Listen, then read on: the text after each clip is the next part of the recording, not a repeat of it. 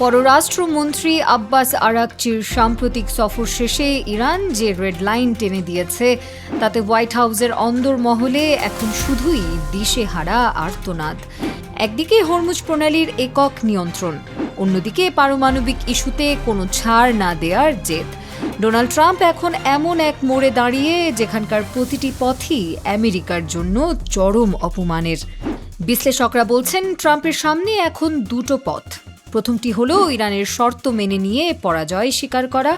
এর মানে হলো দশকের পর দশক ধরে চালানো মার্কিন নীতির চূড়ান্ত পতন এবং হরমুজ প্রণালীর চাবিকাঠি চিরতরে তেহরানের হাতে সঁপে দেয়া। আর দ্বিতীয় পথ আবারও যুদ্ধ শুরু করা।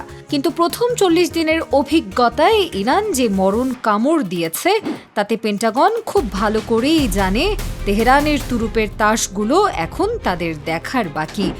দ্বিতীয় দফায় যুদ্ধ মানেই হবে আমেরিকার জন্য আরও বড় লজ্জার ইতিহাস।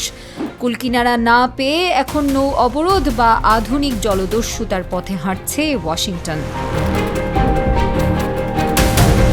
ইরানের জাহাজ আটকে রেখে তেহরানকে অর্থনৈতিকভাবে পিষে ফেলার এই কৌশলকে ইরান বলছে ধৈর্যের শেষ পরীক্ষা। প্রেস টিভির তথ্য মতে তেহরান এখন অভূতপূর্ব এক পাল্টা পদক্ষেপের প্রস্তুতি নিচ্ছে। বছরের পর বছর নিষেধাজ্ঞার মধ্যে টিকে থাকা ইরান জানে কিভাবে অবরোধ ভাঙতে হয়। কিন্তু মার্কিন অর্থনীতির জন্য কি এই সংঘাতের ধাক্কা সামলানো সম্ভব? অস্তিত্ব রক্ষার শেষ লড়াইয়ে কি তবে পিছু হটবে ট্রাম্প প্রশাসন, নাকি পরাজয় নিশ্চিত জেনেও ঝাঁপ দেবে নতুন কোনো আত্মঘাতী যুদ্ধে?